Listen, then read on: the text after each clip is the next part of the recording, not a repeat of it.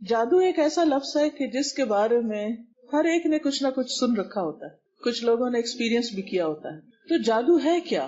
جادو کا لفظ ایسا ہے کہ جس سے ہر کوئی واقف ہے، کسی نہ کسی شکل میں کہیں نہ کہیں ہم اس کے بارے میں کچھ نہ کچھ سنتے رہتے ہیں۔ جادو کا لفظ اردو زبان کا لفظ ہے، عربی میں اس کے لیے سحر کا لفظ استعمال ہوتا ہے، سحر، جس کا لغوی معنی، لفظی معنی کیا ہے؟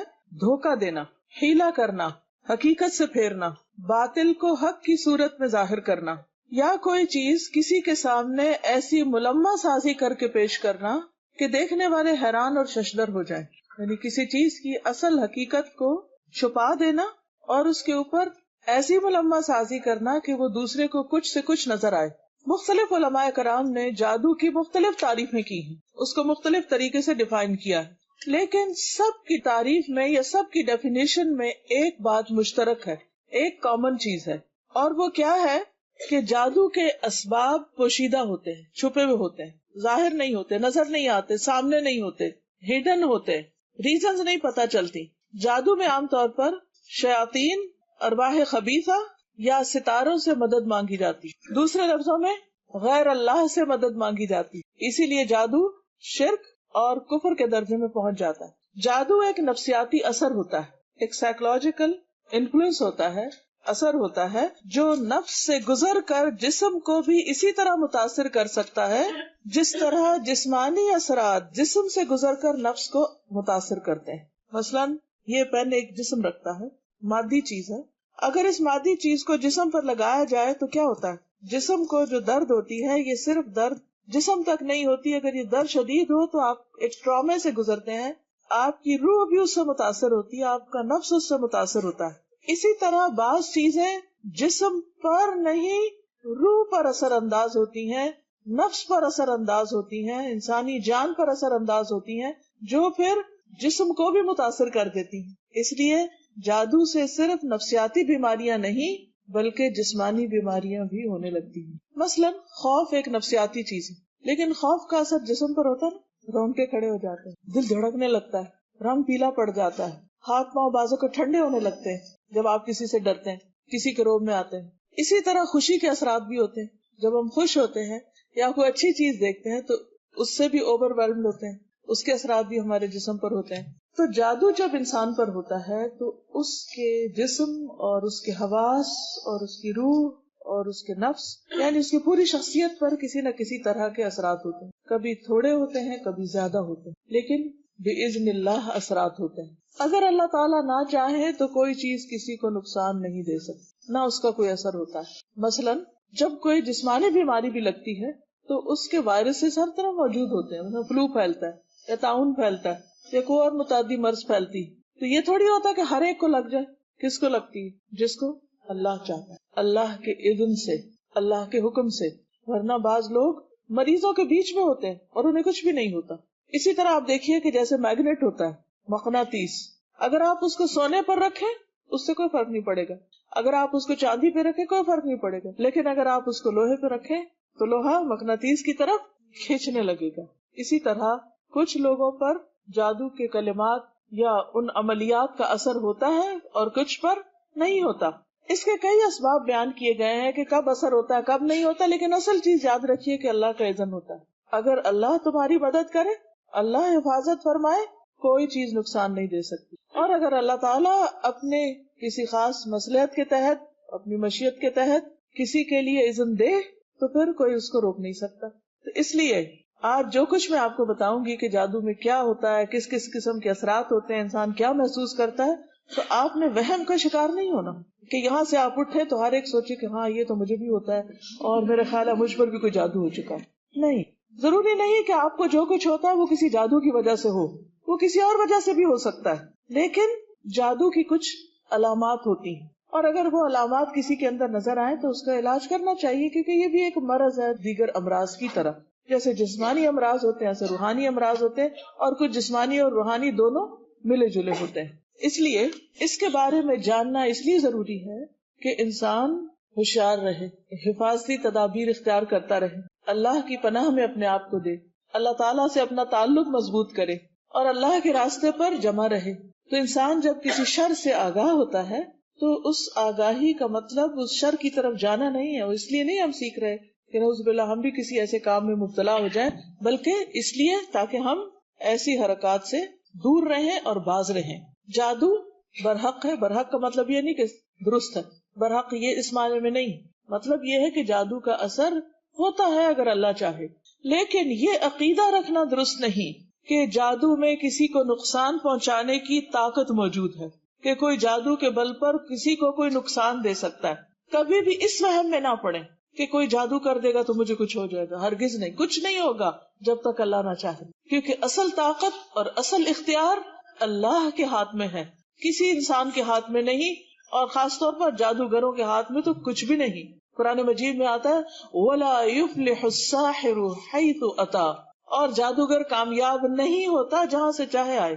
وہ کوئی خدائی فوج نہیں ہے، کوئی طاقتور چیز نہیں ہے، وہ بھی اسی طرح ہی ہے جیسے اور بہت سے شر دنیا میں ہے، کیونکہ انسان کو امتحان کے لیے پیدا کیا گیا ہے. تو اس امتحان کا ایک حصہ ہے، کیونکہ انسان سوچ سکتا ہے کہ اچھا ایسا ہوتا کیوں ہے، اللہ تعالیٰ اس کو نہ ہونے دے.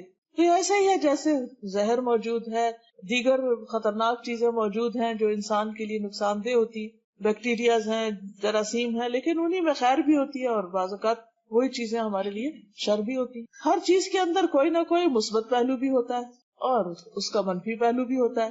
عسى ان تکرہوا شیئا ویجعل اللہ فیہ خیرا کثیرا، ہو سکتا ہے کہ تم ایک چیز کو ناپسند کرو اور اللہ تعالیٰ اسی میں خیر کثیر رکھ دے، اور ہو سکتا ہے ایک چیز ہمیں بہت پسند ہو لیکن ہمارے حق میں، ہمارے دین میں وہ انتہائی نقصان دہ ہو، ہماری آخرت کے اعتبار سے بہت نقصان دہ ہو. تو اس لیے اس کے بارے میں جاننا تو ضروری ہے، لیکن خوف زدہ ہونے کی ضرورت نہیں، وہم کا شکار ہونے کی ضرورت نہیں، اور پریشانی کی بھی ضرورت نہیں.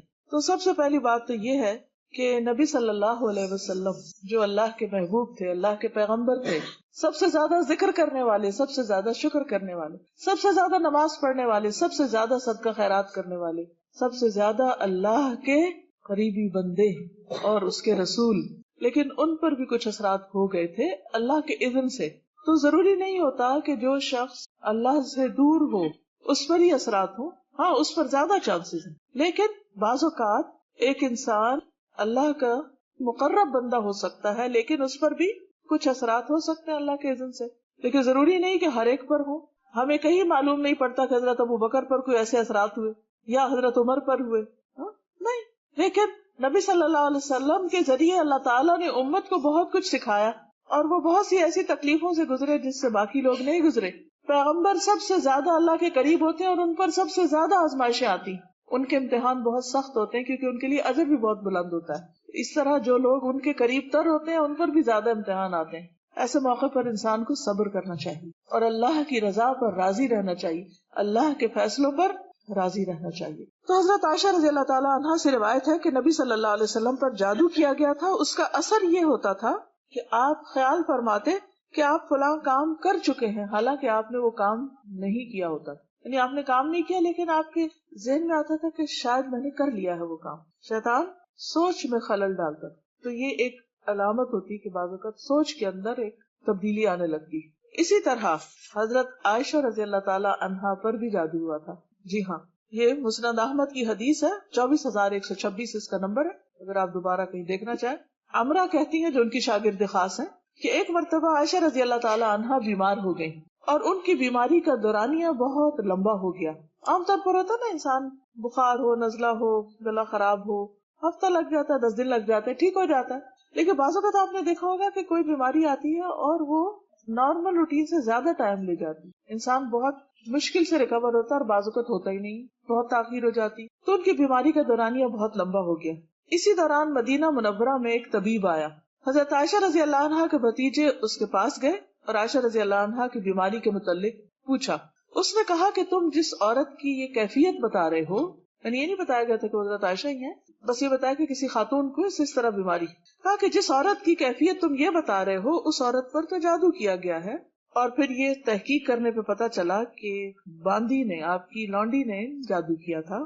عام طور پر وہ قریبی لوگ ہی ہوتے ہیں یا گھر کے ملازم یا بعض اوقات جو قریب میں ایسے لوگ جن کو ایکسس ہوتا ہے مثلا انسان کے بالوں پہ یا ناخنوں پہ یا اور چیزوں پہ.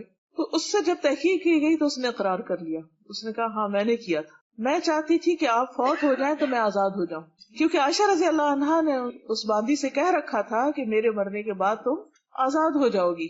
عائشہ رضی اللہ عنہا نے حقیقت کے سامنے آنے پر فرمایا، اس باندی کو عرب میں سب سے طاقتور لوگوں کے ہاتھ بیچ دو اور اس کی قیمت اس جیسی ایک باندی پر خرچ کر دو، یعنی کسی اور کو آزاد کر دو، لیکن اب اس کو آزادی نہیں ملے گی۔ تو اس سے یہ پتہ چلتا ہے کہ بعض اوقات حسد میں یا کسی مفاد کی خاطر یا ایسی کسی دشمنی کی وجہ سے لوگ دوسرے کو تکلیف دینے کے لیے ایسے اعمال کرتے ہیں۔ اسی طرح بعض اوقات شیطان انسان کو ستاتا ہے، وہ بچوں کو بھی نہیں چھوڑتا، وہ بڑوں کو بھی نہیں چھوڑتا، وہ ہر ایک کے پیچھے۔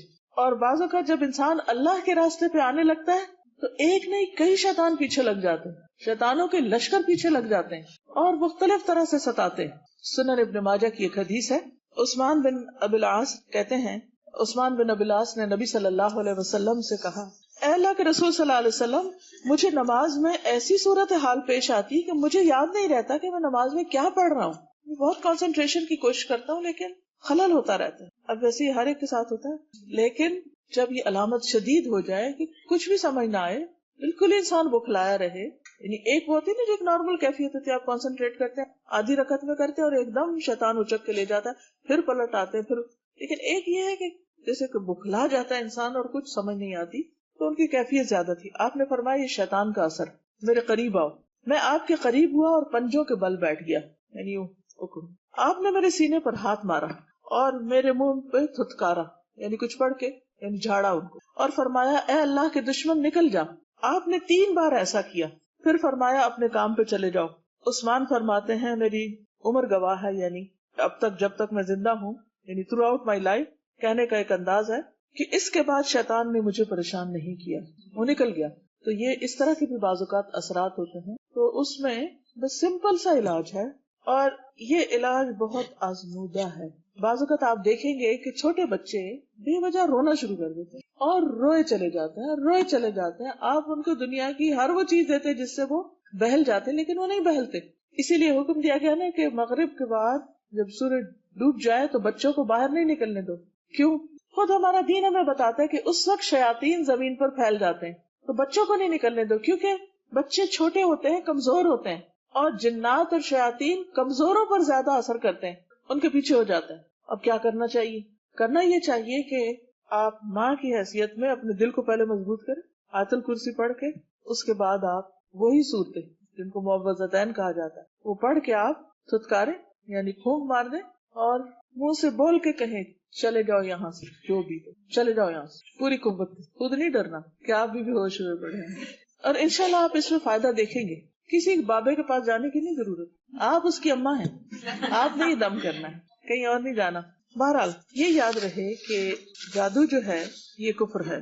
قرآن مجید میں سورۃ البقرہ میں آیت نمبر 102 ہے، اللہ سبحانہ وتعالیٰ فرماتے ہیں وَاتَّبَعُوا مَا تَتْلُو الشَّيَاطِينُ عَلَى مُلْكِ سُلَيْمَانَ وَمَا كَفَرَ سُلَيْمَانُ وَلَكِنَّ الشَّيَاطِينَ كَفَرُوا يُعَلِّمُونَ النَّاسَ السِّحْرَ وَمَا أُنزِلَ عَلَى الْمَلَكَيْنِ بِبَابِلَ هَارُوتَ وَمَارُوتَ وَمَا يُعَلِّمَانِ مِنْ أَحَدٍ حَتَّى يَقُولَا إِنَّمَا نَحْنُ فِتْنَةٌ فَلَا تَكْفُرْ فَيَتَعَلَّمُونَ مِنْهُمَا مَا يُفَرِّقُونَ بِهِ بَيْنَ الْمَرْءِ وَزَوْجِهِ وَمَا هُمْ بِضَارِّينَ بِهِ مِنْ أَحَدٍ إِلَّا بِإِذْنِ اللَّهِ وَيَتَعَلَّمُونَ مَا يَضُرُّهُمْ وَلَا يَنْفَعُهُمْ وَلَقَدْ عَلِمُوا لَمَنِ اشْتَرَاهُ مَا لَهُ فِي الْآخِرَةِ مِنْ خَلَاقٍ وَلَبِئْسَ مَا شَرَوْا بِهِ أَنفُسَهُمْ لَوْ كَانُوا يَعْلَمُونَ۔ اور یہ یہود تورات کی بجائے اس چیز کے پیچھے پڑ گئے، یعنی جنتر منتر کے، جو سلیمان کے دور حکومت میں شیاطین پڑھا کرتے تھے۔ سلیمان علیہ السلام نے ایسا کفر کبھی نہیں کیا، بلکہ کفر تو وہ شیطان لوگ کرتے تھے جو لوگوں کو جادو سکھاتے تھے۔ نیز یہ یہود اس چیز کے بھی پیچھے پڑ گئے جو بابل میں، عراق کا ایک شہر ہے، ہاروت اور ماروت 2 فرشتوں پر اتاری گئی۔ یہ فرشتے کسی کو کچھ نہ سکھاتے تھے جب تک یہ نہ کہہ لیتے کہ ہم تو تمہارے لیے آزمائش ہیں، سو تم کافر نہ بنو، فلا تکفر، کفر نہ کرو۔ پھر بھی یہ لوگ ان سے ایسی باتیں سیکھتے جن سے وہ مرد اور اس کی بیوی کے درمیان جدائی ڈال سکیں، حالانکہ وہ اللہ کے حکم کے بغیر کسی کو بھی نقصان نہیں پہنچا سکتے تھے، اور باتیں بھی ایسی سیکھتے جو انہیں دکھ ہی دیں، فائدہ نہ دیں۔ اور وہ یہ بات بھی خوب جانتے تھے کہ جو ایسی باتوں کا خریدار بنے گا اس کا آخرت میں کوئی حصہ نہیں، کتنی بری چیز تھی جسے انہوں نے اپنی جانوں کے عوض خریدا، کاش وہ اس بات کو جانتے ہوتے۔ تو اس آیت سے یہ پتہ چلتا ہے کہ جادو کا کھیل کھیلا جاتا ہے، شیاطین کی مدد سے ہوتا ہے۔ اللہ سبحانہ و تعالیٰ نے اہل کتاب کے امتحان کے لیے 2 فرشتے اتار کر ان کے ذریعے بھی لوگوں کو سکھایا، جبکہ وہ خود بتا دیتے تھے کہ ہم آزمائش ہیں، لیکن لوگ پرواہ نہیں کرتے تھے کہ اللہ کا حکم کیا ہے۔ اللہ کا حکم پیٹ پیچھے پھینک کر جادو سیکھنے میں لگ جاتے۔ وہ کہتے تھے کہ کفر نہ کرو۔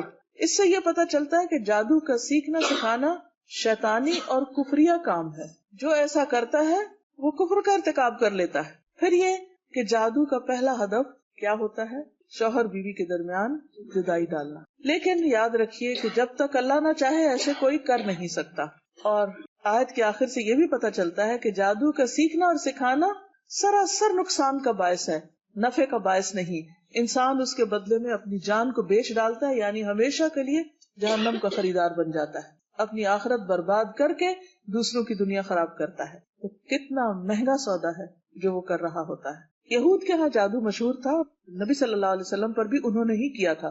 اللہ سبحانہ وتعالیٰ قرآن مجید میں فرماتے ہیں سورۃ النساء آیت 51 میں، أَلَمْ تَرَ إِلَى الَّذِينَ أُوتُوا نَصِيبًا مِنَ الْكِتَابِ يُؤْمِنُونَ بِالْجِبْتِ وَالطَّاغُوتِ، کیا تم نے ان لوگوں کی حالت پر بھی غور کیا جنہیں کتاب کا کچھ علم دیا گیا، وہ جادو اور شیطان پر ایمان رکھتے، یؤمنون بالجبت والطاغوت، کہ وہ ایسی خرافات کے پیچھے ایک طرف کتاب کا علم رکھتے ہیں اور دوسری طرف یہ خرافات کرتے ہیں۔ تو اس لیے آج کے دور میں مسلمانوں کے اندر بھی ان کے اتباع میں یہی عادت آ گئی کہ بہت سے دیندار حضرات جو کہ بہت نیکی کا کام بھی کرتے ہیں اور نماز روزہ بھی کرتے ہیں اور شرعی حلیہ بھی بنا رکھا ہوتا ہے، لیکن اس کے ساتھ ساتھ ایسے عملیات بھی کر رہے ہوتے ہیں۔ تو اس سے پرہیز کرنے کی ضرورت ہے، اس سے بچنے کی ضرورت ہے۔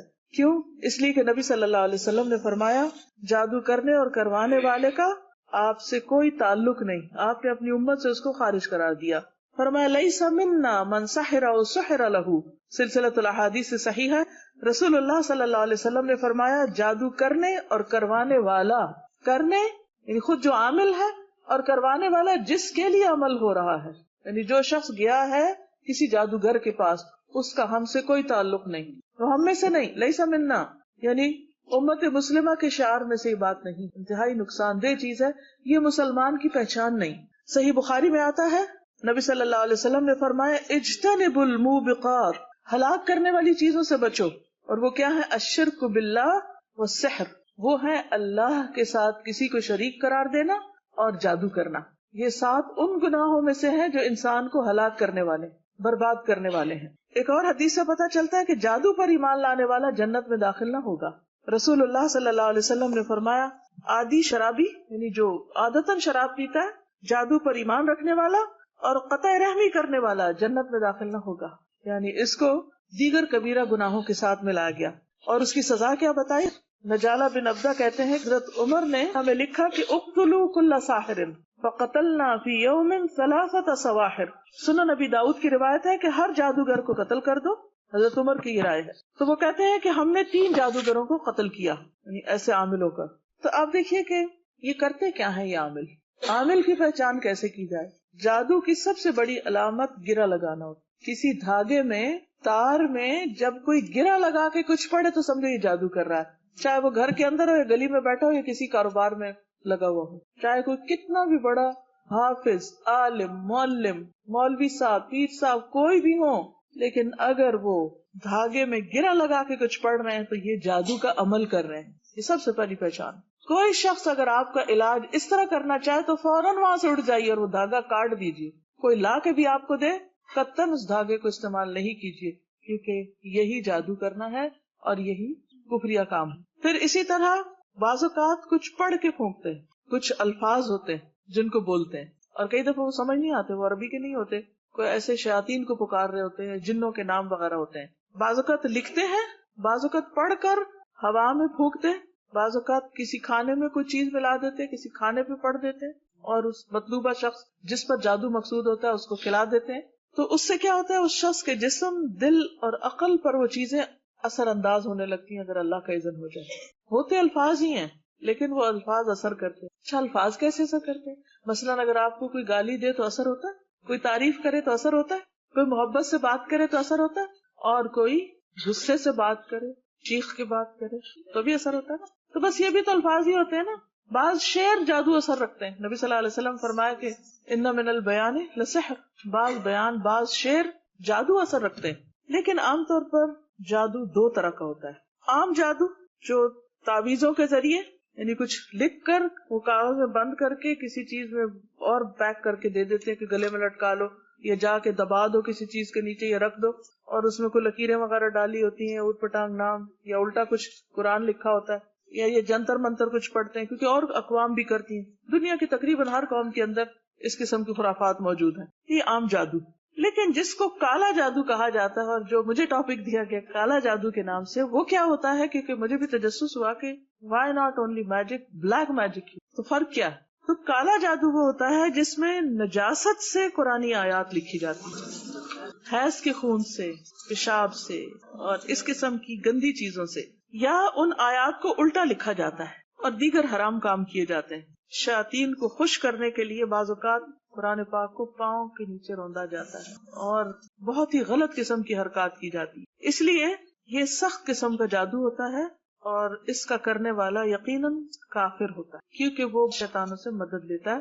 وہ کام کرتا ہے جس سے شیطان خوش ہو. بعض اوقات کسی انسان کا قتل تک کر دیا جاتا ہے، کیونکہ وہ کہتے ہیں کہ بچے کے گردے نکال کے لاؤ یا کسی کا دل نکال کے لاؤ، پھر اس دل کے اندر وہ چیز رکھتے ہیں اور اس کو بند کر کے دفن کرتے ہیں. اچھا، بعض اوقات وضو کے بغیر نماز پڑھتے ہیں جادوگر، اللہ کا نام لیے بغیر جانور ذبح کرتے ہیں. بعض اوقات اور بھی حرام کام کرتے ہیں جن کا ذکر کرنا بھی زبان خراب کرنے والی بات ہے، لیکن آپ کو سمجھ تو آ گئی. ہر الٹا غلط کام جس سے شیطان خوش ہو جائے. انسان جتنا بڑا گناہ کرے شیطان اتنا زیادہ خوش ہو، تو شیطان کو خوش کر لیتے، شیطان ان کے تابع ہو جاتے ہیں، ان کو وہ اپنے کنٹرول میں لے لیتے، پھر وہ ان کا ہر حکم مانتے، پھر وہ ان کے لیے مختلف کام انجام دیتے ہیں. تو اس لیے کبھی بھول کر بھی کسی عامل کے پاس نہ، کچھ معلوم نہیں کہ وہ کیا کر رہا ہو پیچھے سے، اور وہ خود تو کفر کر ہی رہا ہے. تو حدیث میں کیا آتا ہے؟ کرنے والا بھی اور جس کے لیے کیا جا رہا ہے، جس نے آ کے مطالبہ کیا کہ ہمارے لیے کچھ کر دو، وہ برابر ہیں، ان دونوں کا ہی پھر دین سے تعلق کوئی نہیں. جادو عام طور پہ کیوں کروایا جاتا ہے؟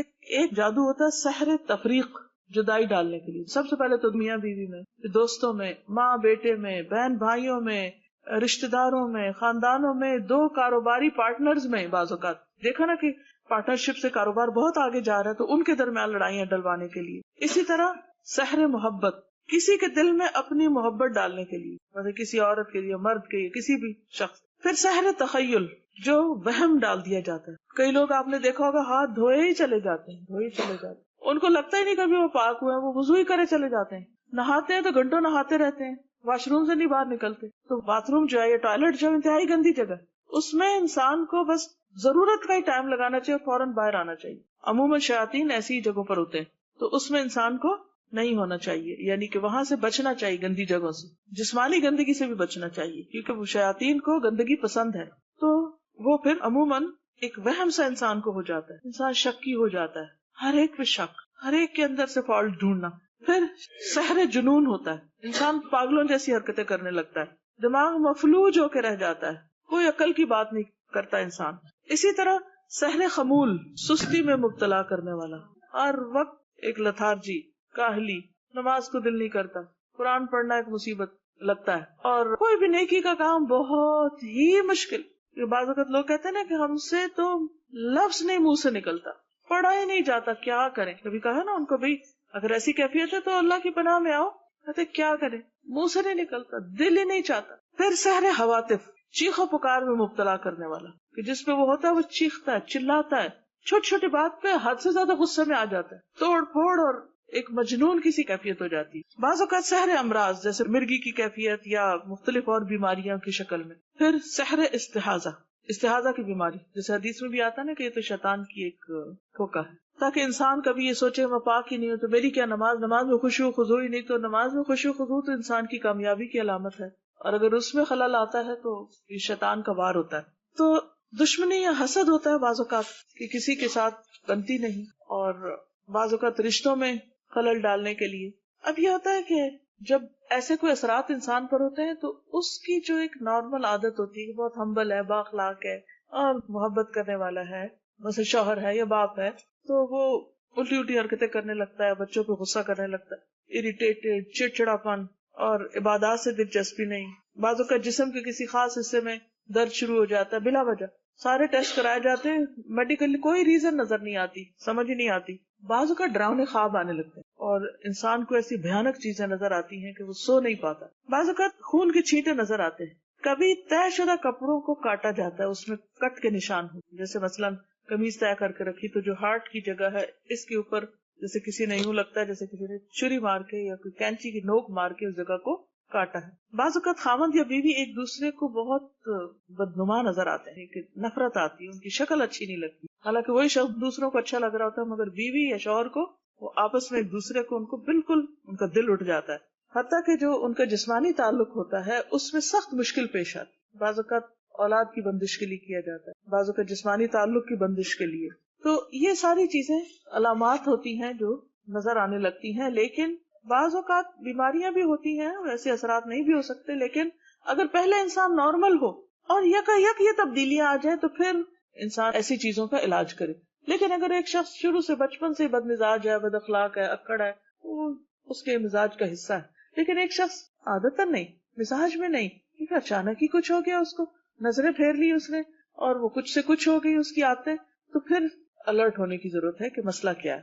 تو بعض اوقات بچوں کے اندر تنہائی کی عادت ہو جاتی, نہ ماں باپ سے ملتے ہیں, نہ بات کرتے ہیں, گم سم, نہ رشتہ داروں سے ملتے ہیں, نہ باہر جاتے ہیں, سب کچھ چھوڑ کے بیٹھ جاتے ہیں, پڑھائی لکھائی بھی چھوڑ کے بیٹھ جاتے ہیں. اب جب ایسی کوئی کیفیت ہو تو انسان کو کسی اور کے پاس جانے کی ضرورت نہیں, دوا کرے, علاج کرے. حدیث میں آتا ہے نا, لکل داء دوا, ہر بیماری کا علاج موجود ہے. یہ بالکل سچی بات ہے. جب کسی مریض کو صحیح دوا پہنچتی ہے تو وہ باذن اللہ ٹھیک ہو جاتا ہے, اور اللہ کا حکم ہوتا ہے کب تک کس نے بیمار رہنا. ایوب علیہ السلام کی آزمائش کو آپ دیکھیں, کئی سال تک وہ بیمار رہے تو ٹھیک ہو گئے, اور پہلے سے بھی زیادہ ان کو نعمتیں ملی.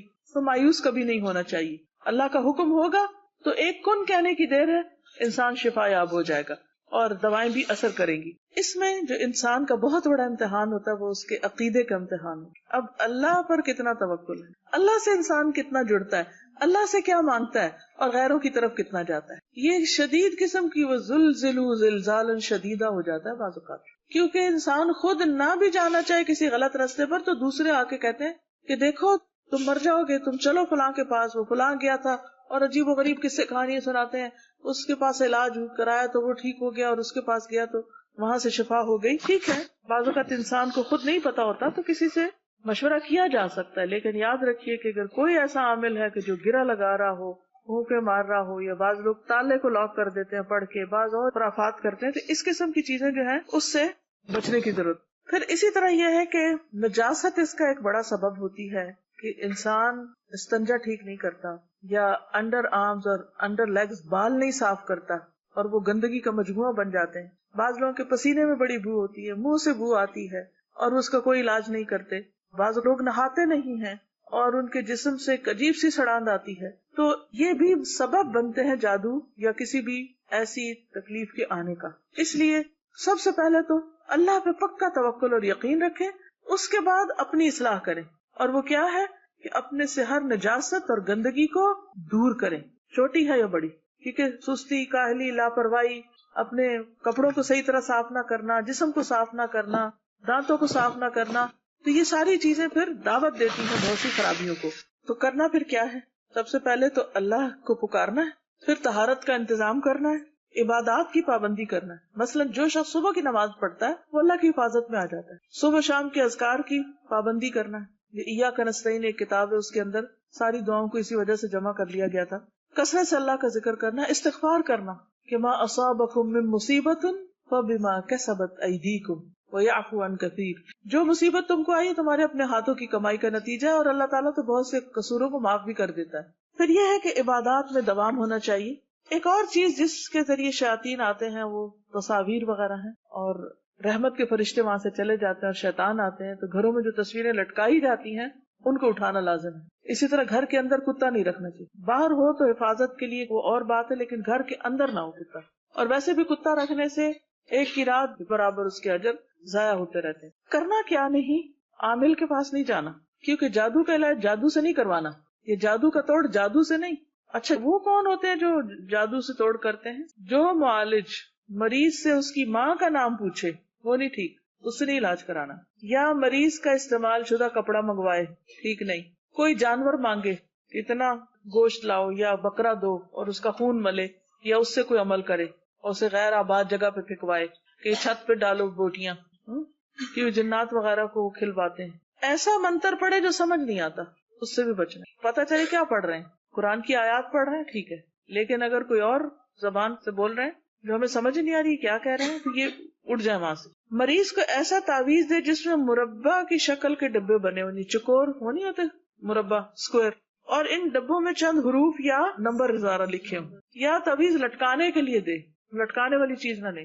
یا پکی ہوئی مٹی کی پلیٹ میں چند حرف لکھ کر دے اور اس برتن کا پانی پینے کو کہے. یا مریض کو حکم دے کہ لوگوں سے الگ تھلگ ہو کے ایک مقرر وقت کے لیے کسی کمرے میں چلا جائے جہاں سورج کی روشنی نہ آتی ہو، بالکل اندھیرے میں جا کے بیٹھو اور یہ کرو کوئی خاص عمل، وہ بھی نہیں کرنا.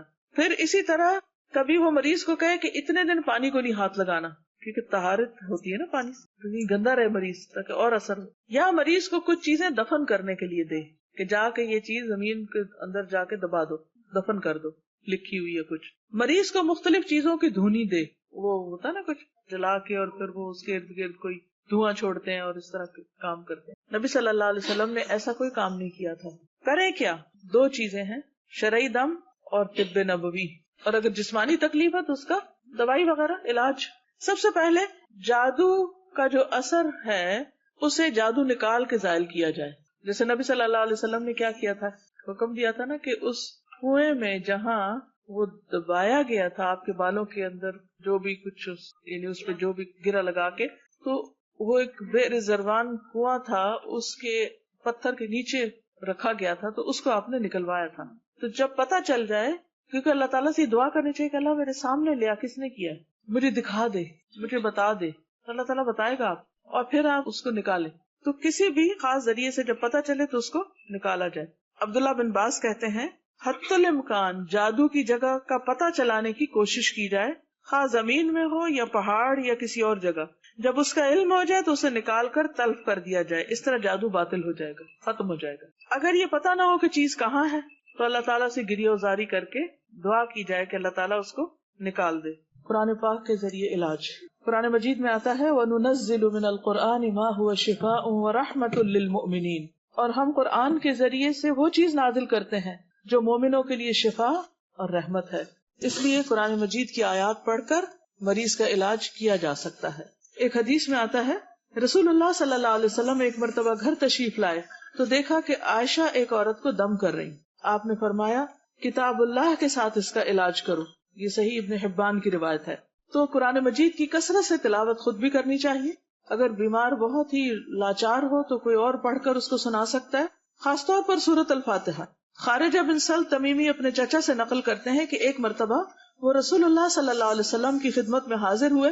جب واپس جانے لگے تو ایک قوم کے پاس سے ان کا گزر ہوا جن کے ہاں ایک مجنون آدمی تھا جسے انہوں نے لوہوں کی زنجیروں میں باندھا ہوا تھا، اور ان کے گھر والے کہنے لگے ہمیں معلوم ہوا ہے کہ تمہارا یہ ساتھی خیر لے کر آیا ہے، کیا اس کے پاس کوئی ایسی چیز ہے جس سے یہ اس کا علاج کر سکے؟ وہ کہتے ہیں کہ میں نے سورۃ فاتحہ پڑھ کر دم کیا تو وہ ٹھیک ہو گیا. اصل بات ہے یقین کی، کیونکہ سورۃ الفاتحہ میں آتا ہے ایاک نعبد و ایاک نستعین. تو اس وقت انسان نیت کر لے کہ اللہ تو ہی ہماری مدد کر اور اس بلا کو دفع کر، اہدنا الصراط المستقیم، اور ہمیں سیدھا راستہ دکھا کہ ہمیں کرنا کیا چاہیے، کس طرح ہم اس مصیبت پر قابو پائیں. اسی طرح سورۃ البقرہ کی آخری آیات ہیں اور قرآن مجید کے کچھ اذکار ہیں جن کو پڑھا جا سکتا ہے. قرآن پاک کی آیات کے علاوہ مسنون اذکار ہیں جن کا پڑھنا انسان کو فائدہ دیتا ہے. رسول اللہ صلی اللہ علیہ وسلم نے فرمایا جو کسی منزل پہ پڑاؤ ڈالے یعنی کسی جگہ پر جائے تو یہ دعا پڑھ لے تو اس جگہ سے کوچ کرنے تک کوئی چیز اسے نقصان نہیں دے گی. اور وہ کیا ہے؟ اعوذ بکلمات اللہ التامات من شر ما خلق. کسی شہر میں جائیں، کسی کے گھر میں جائیں، کسی بھی جگہ پر، کسی پارک میں جائیں، کسی تفریح پہ جائیں، کہیں جائیں، جاتے ہی جہاں اترے، گاڑی سے اترے پہلے ہی پڑھ لیں تو انشاءاللہ واپس آنے تک کوئی چیز اثر نہیں کرے گی. بچوں کو بھی سکھائیں. ایک اور روایت میں ہے اعوذ بکلمات اللہ التامات اللاتی لا یجاوزہن بر ولا فاجر من شر ما ينزل من السماء وما يعرج فيها ومن شر فتن اللیل والنہار ومن كل طارق الا طارق يترك بخیر یا رحمان. میں اللہ تعالیٰ کے ان تمام کلمات کے ساتھ پناہ چاہتا ہوں جن سے آگے نہ تو کوئی نیک اور نہ کوئی برا شخص بڑھ سکتا ہے، ہر اس چیز کے شر سے جو آسمان سے اترتی ہے اور جو اس میں چڑھتی ہے، اور رات اور دن کے فتنوں کے شر سے، اور ہر حادثے کے شر سے سوائے اس حادثے کے جو خیر کا باعث ہو، اے رحم فرمانے والے۔ تو یہ دعا بھی بہت فائدہ مند ہے، اس کو روزانہ صبح شام پڑھنے کی عادت ڈال لیں۔ پھر اسی طرح رسول اللہ صلی اللہ علیہ وسلم پر جب جادو کیا گیا تو حضرت جبریل علیہ السلام نے یہ دعا پڑھ کر آپ کو دم کیا تھا، بسم اللہ ارقیک من کل شیء یؤذیک من شر کل نفس او عین حاسد اللہ یشفی بسم اللہ ارقیک۔ یہ صحیح مسلم کی روایت ہے۔ میں اللہ کے نام سے آپ کو جھاڑتا ہوں یا دم کرتا ہوں ہر اس چیز سے جو آپ کو اذیت دے، اور ہر نفس اور حاسد کی نظر کی شر سے اللہ آپ کو شفا دے۔ میں اللہ کے نام سے آپ کو دم کرتا ہوں۔ یا آپ اپنے بچوں پر بھی پڑھ کے دم کر سکتے، کسی بھی بیمار پر۔ مشاری راشد کا رقیہ ہے، جو یہ آئی فونز وغیرہ ہیں، آپ اس کے اوپر ڈاؤن لوڈ کر سکتے ہیں، اس میں یہ دعائیں انہوں نے پڑھی ہوئی بھی ہیں۔ اسی طرح الہدا کی ویب سائٹ جو ہے، یا فرحتہاشمی.com پہ ایک ویب سائٹ ہے، وہ دعا کے نام سے، اس میں آپ کو یہ دعائیں ملیں گی۔ انشاءاللہ ہم لنک فرنٹ پیج پہ بھی ڈال دیں گے تاکہ آپ ڈاؤن لوڈ کر لیں۔ ایاک نستعین کتاب انشاءاللہ اویلیبل بھی ہوگی، چھپی ہوئی موجود ہے، اور اس کے علاوہ آپ اس کو PDF کی شکل میں پرنٹ آؤٹ بھی نکال سکتے ہیں۔ اسی طرح ایک اور دعا، بسم اللہ یبریک ومن کل داء یشفیک ومن شر حاسد اذا حسد وشر کل ذی عین۔ عثمان بن عفان سے روایت ہے کہ میں نے رسول اللہ صلی اللہ علیہ وسلم کو یہ فرماتے ہوئے سنا، جس نے 3 دفعہ صبح بسم اللہ الذی لا یضر مع اسمہ شیء فی الارض ولا فی السماء وهو السمیع العلیم پڑھی تو شام تک اس کو کوئی ناگہانی مصیبت نہیں پہنچے گی۔ پھر روزمرہ کی دعاؤں میں خاص طور پر جب بیت الخلاء میں آپ جائیں، واش روم میں جاتے ہوئے، اللہم انی اعوذ بک من الخبث والخبائث، اے اللہ بے شک میں ناپاک جنوں اور جننیوں کے شر سے تیری پناہ چاہتا ہوں۔ پھر اسی طرح شوہر بیوی جب ایک دوسرے کے ساتھ جسمانی تعلق قائم کرے تو اس وقت خاص طور پر دعا پڑھنی چاہیے، بسم اللہ اللہم جنبنا الشیطان وجنب الشیطان ما رزقتنا۔ تو یہ دعا پڑھنے والے کو جو اولاد ملے گی، شیطان اسے نقصان نہیں دے سکے گا۔ اسی طرح طبی علاج میں طب نبوی سے جو علاج ہے اس میں عجوا کھجور کھانا، نبی صلی اللہ علیہ وسلم نے فرمایا جو صبح کے وقت 7 عجوا کھجوریں کھائے گا اس روز وہ جادو اور زہر سے بچا رہے گا۔ پھر اسی طرح لا الہ الا اللہ وحدہ لا شریک لہ لہ الملک ولہ الحمد وہو علی کل شیء قدیر، یہ اگر کوئی صبح اور شام کو 100 دفعہ پڑھ لے تو وہ اس دن شیطان کے شر سے محفوظ رہے گا، کوئی جادو جن کوئی چیز اس پہ اثر انداز نہیں ہو سکتی، اور قیامت کے دن بھی کوئی اس سے بہتر عمل لے کر نہیں آئے گا مگر یہ جو دعا پڑھے۔ مسجد میں داخل ہوتے وقت اعوذ باللہ العظیم وبوجہہ الکریم وسلطانہ القدیم من الشیطان الرجیم، انسان جب یہ کہہ لیتا ہے تو ابلیس کہتا ہے کہ آج سارے دن کے لیے یہ مجھ سے محفوظ ہو گیا۔ اگر آپ مسجد نہیں بھی آتے تو صبح کے وقت آپ یہ کلمہ پڑھ لیں۔ معنی کیا ہے؟ میں اللہ انتہائی عظمت والے کی، اس کی ذات کریم اور اس کے سلطان قدیم کے ساتھ پناہ لیتا ہوں شیطان مردود سے۔ آیت الکرسی پڑھنا، صبح شام جو آیت الکرسی پڑھے وہ جنات کے اثر سے محفوظ رہتا ہے۔ سورۃ البقرہ پڑھنا، نبی صلی اللہ علیہ وسلم نے فرمایا سورۃ البقرہ پڑھا کرو کیونکہ اس کا پڑھنا باعث برکت اور اسے چھوڑنا باعث حسرت ہے، اور اس کے پڑھنے والے پر جادوگر قدرت نہیں پا سکتے، یعنی کسی عامل کا عمل کوئی اثر نہیں کرے گا۔ سورۃ البقرہ کی آخری 2 آیات پڑھنے والے کے لیے بھی بشارت ہے کہ جس نے رات کے وقت یہ آیتیں پڑھی وہ اسے رات بھر کے لیے کافی ہو جائیں گی، ہر شر سے بچا دیں گے، اور یہ ہے کہ اللہ تعالیٰ اپنی طرف سے محافظ مقرر کر دے گا آپ کے لیے۔ معوذتین سوتے وقت قل هو اللہ، قل اعوذ برب الفلق، قل اعوذ برب الناس اپنے ہاتھوں پہ پڑھ کے اور پورے جسم پر اوپر سے لے کے جہاں جہاں تک ہاتھ پہنچے اسے پھیر لیا جائے تو کوئی چیز جسم پر اثر انداز نہیں ہوتی۔ اسی طرح صبح شام 3 بار یہ پڑھنے چاہیے معوذات جو ہیں، قل هو اللہ، قل اعوذ برب الفلق اور قل اعوذ برب الناس۔ خود اپنے آپ کو بھی دم کرنا چاہیے، ایک دوسرے کو بھی کر سکتے ہیں، اور کسی مستند معالج سے بھی کروا سکتے ہیں جو صحیح طور پر قرآن مجید پڑھے۔ بعض اوقات ہم پڑھتے بھی تو اس میں غلطیاں کرتے ہیں تو پھر اس کی تاثیر نہیں ہوتی، لیکن معالج خود دین کا پابند ہو، علاج کی تاثیر پر کہ قرآن کے ذریعے فائدہ ہوگا، مریض کو یقین دلائے، اللہ کے نام اور کلام سے علاج کرے، عربی زبان میں آیات وغیرہ پڑھے، جو بھی دم پڑھنے کے لیے دے اس میں شرکی الفاظ نہ ہو۔ نبی صلی اللہ علیہ وسلم نے فرمایا اس دم میں کوئی حرج نہیں جس میں شرک نہ ہو، اور یہ یقین رکھے کہ شفا صرف اللہ کے ہاتھ میں، کسی معالج کے ہاتھ میں کچھ نہیں ہے، کسی بھی بزرگ اور کسی بھی نیک بندے کے ہاتھ میں قطعاً کچھ نہیں، سب کچھ، سب طاقتوں کا مالک صرف اللہ ہے، اور اسی یقین کے ساتھ علاج کروانا چاہیے یا کرنا چاہیے۔ پھر اسی طرح یہ ہے کہ قرآن مجید کی کچھ اور آیات جو ہیں، جیسے سورۃ البقرہ کی شروع کی آیات ہیں، سورۃ آل عمران کی آخری آیات ہیں، سورۃ الاعراف کی کچھ آیات ہیں، ان آیات پر بھی مبنی ایک رقیہ سعد الغامدی کی آواز میں آپ کو مل جائے گا. خاص طور پر اگر اپنے جسم میں درد ہو آپ کو تو آپ درد والی جگہ پر ہاتھ رکھ کے بسم اللہ 3 بار پڑھ کے اعوذ باللہ وقدرتہ من شر ما اجد واحاذر 7 بار پڑھیں، انشاءاللہ اس سے بھی فائدہ ہوگا. پھر حجامہ کرانا، کپنگ کروانا، پشنے لگوانا، سینگی لگوانا، یہ علاج جو ہے یہ بھی بہت مؤثر ہے، کیونکہ جس جگہ تکلیف ہو وہاں جب پشنے لگائے جاتے ہیں تو اس سے گندا خون نکلتا ہے، تو شیطان جو ہوتے ہیں، جنات جو ہوتے ہیں، وہ خون میں گھستے ہیں. خون ان کے لیے کیریئر ہے، جیسے اور ٹاکسنس کا کیریئر، تو جنات بھی اسی میں ٹریول کرتے ہیں جسم میں اور جا کے گھس کے بیٹھ جاتے ہیں بندے کو وہاں تکلیف دینے کے لیے. جب پچنے لگتے ہیں اور خون کھینچا جاتا ہے تو باہر نکلنا پڑتا ہے ان کو، تو اللہ کے اذن سے وہ جاتے ہیں. نبی صلی اللہ علیہ وسلم نے فرمایا اگر تمہاری دواؤں میں سے کسی میں بھلائی ہے تو پشنا لگوانے یا شہد پینے اور آگ سے داغنے میں، اگر وہ مرض کے مطابق ہو یعنی فائدہ ہو جاتا ہے، لیکن آگ کے داغنے کو میں پسند نہیں کرتا. اس لیے شہد کا پینا خاص طور پر ہر مہینے میں کم از کم 3 بار صبح کے وقت شہد براہ راست چاٹا جائے، اسے چمچ وغیرہ کے ساتھ نہیں، جیسے کسی ایسے گلاس وغیرہ میں ڈالیں اور 3 گھونٹ پی لیں. پھر اسی طرح یہ ہے کہ خاص طور پر جو مسنون ایام ہے اس میں اگر پشنے لگوائے جائیں تو زیادہ فائدہ ہوتا ہے. کلونجی جو ہے وہ موت کے علاوہ ہر مرض کا علاج ہے. کلونجی کے اوپر بھی آپ قرآن پاک کی آیات پڑھ کر اس تیل جو ہے اس کو تکلیف والے حصے پر آپ اس سے مساج وغیرہ کر سکتے ہیں. کلونجی کے چند دانے بھی مریض کو کھلائے جا سکتے ہیں. پھر اسی طرح یہ ہے کہ آب زمزم، نبی صلی اللہ علیہ وسلم نے فرمایا ماء زمزم لما شرب لہ، زمزم کا پانی اس مقصد کے لیے جس کے لیے وہ پیا جائے. اگر آپ شفا کی نیت سے پی رہے ہیں تو انشاءاللہ اللہ تعالیٰ شفا دے گا. آپ صلی اللہ علیہ وسلم نے فرمایا روح زمین پر سب سے بہترین پانی زمزم ہے، یہ بھوکے کے لیے کھانا اور بیماری سے شفا ہے. ابو ذر غفاری کا واقعہ آپ کو یاد ہے نا کہ وہ کئی دن زمزم پی کر زندہ رہے تھے جب وہ چھپے ہوئے تھے. زیتون کا تیل، آپ نے فرمایا زیتون کھاؤ اور اس کو لگاؤ، بلا شبہ یہ مبارک درخت ہے. والتین والزیتون، اللہ تعالیٰ نے زیتون کی قسم کھائی. پھر یہ یاد رکھیے کہ بیماری پر صبر بھی کرنا چاہیے، جلد بازی نہیں کرنی چاہیے اور جلد بازی میں غلط طریقوں پر نہیں چلنا چاہیے اور ثابت قدمی کی دعا کرنی چاہیے. نبی صلی اللہ علیہ وسلم نے فرمایا کسی بھی مسلمان کو کوئی بیماری، تکلیف یا کوئی بھی مرض ہوتا ہے تو اللہ تعالیٰ اس کے گناہوں کو اس طرح گراتا ہے جیسے درخت اپنے پتوں کو گرا دیتا ہے. تو یہ ایک ذریعہ بن جاتا ہے. دشمن تو آپ کو نقصان دینا چاہتے ہیں لیکن وہ آپ کے لیے خیر کا ذریعہ بن جاتا ہے گناہوں کو دور کرنے کا.